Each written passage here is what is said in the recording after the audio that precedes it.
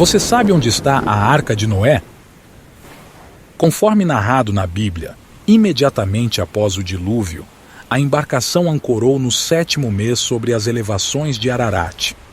No entanto, para relatar a narrativa completa, é pertinente retroceder ao ano de 1948, quando os habitantes de uma aldeia adjacente às montanhas do Monte Ararat, localizado na parte oriental da Turquia, compartilharam o testemunho de que um terremoto deslocou as montanhas, expondo repentinamente uma configuração notavelmente semelhante a um navio de grande envergadura.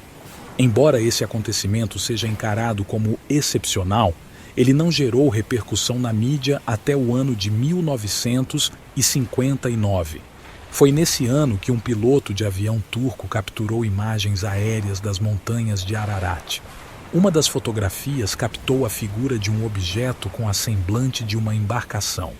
Ao contemplar essas imagens, o Dr. Arthur Brandenburg, um especialista em fotogrametria histórica da Universidade Estadual de Ohio, Estados Unidos, concluiu com firmeza que aquele objeto era, incontestavelmente, um navio. Através de toda a minha trajetória profissional, jamais deparei com uma estrutura semelhante a essa em uma fotografia aérea. Posteriormente, no ano de 1969, uma equipe da revista Life dos Estados Unidos empreendeu uma exploração com duração de 1 dia e meio na localidade. Esse período de tempo possibilitou a realização de alguns testes de cunho científico. Ao chegar ao local, eles detonaram dinamite em um dos flancos da suposta embarcação. Embora tenham emergido algumas madeiras petrificadas, a conclusão extraída foi de que não havia relevância arqueológica nessa descoberta. A informação mais relevante para a equipe foi a confirmação de que a estrutura tinha sido forjada por mãos humanas e não constituía uma formação natural do terreno. Com base nisso, eles deixaram o assunto de lado. A única ação tomada consistiu em publicar um artigo na revista, cujo título chamativo era A Arca de Noé, acompanhado da fotografia aérea do achado.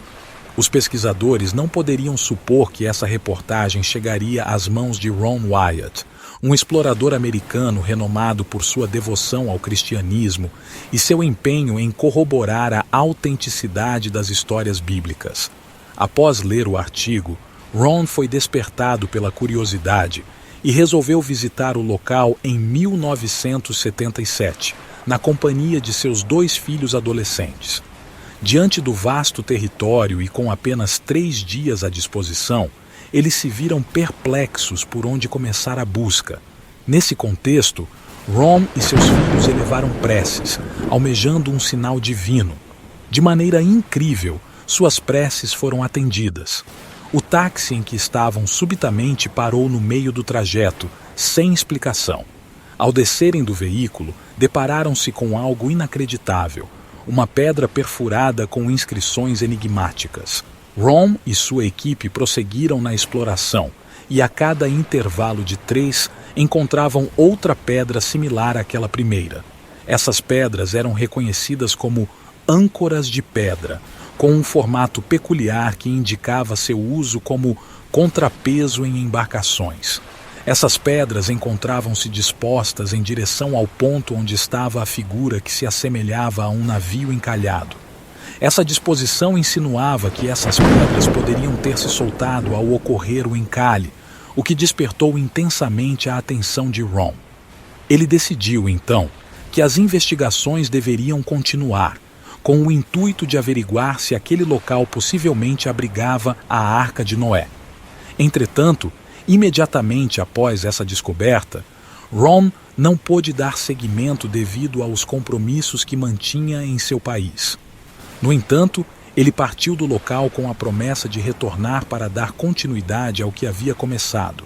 Porém, mais adiante, um terremoto ocorrido em agosto de 1979 expôs silhuetas que assemelhavam-se às paredes da arca. Ao contemplar esse espetáculo, Ron não abrigou mais dúvida alguma de que aquela estrutura se configurava de maneira notável como um navio naufragado. Impulsionado por esse desenvolvimento e aproveitando os avanços tecnológicos e novos instrumentos disponíveis, Ron determinou-se a prosseguir com sua expedição a fim de confirmar essa hipótese. Ele providenciou os preparativos necessários e voltou à Turquia. Esse episódio marcaria a 24ª viagem de Ron à região. No entanto, havia um aspecto que intrigava os estudiosos: as dimensões e proporções da arca.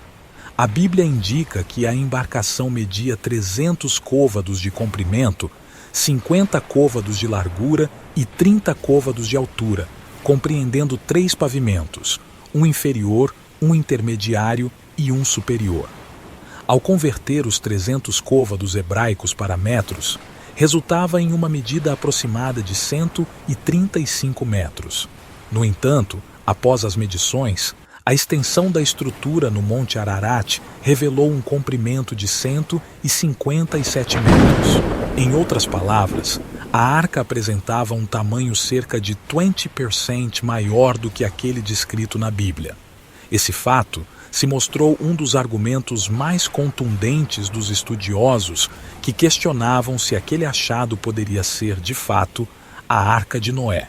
No entanto, Ron não se dava por vencido com facilidade.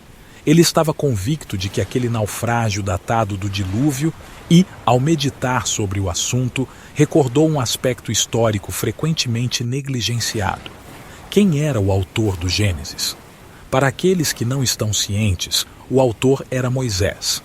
Apesar de Moisés ser de origem hebraica, ele foi criado e educado pelos egípcios.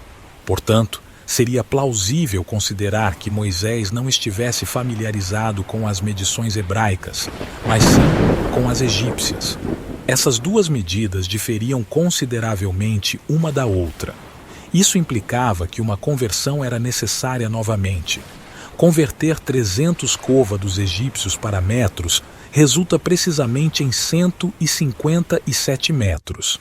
Essa dimensão exata correspondia à estrutura em forma de navio no Monte Ararat. As dúvidas que persistiam começaram a diminuir.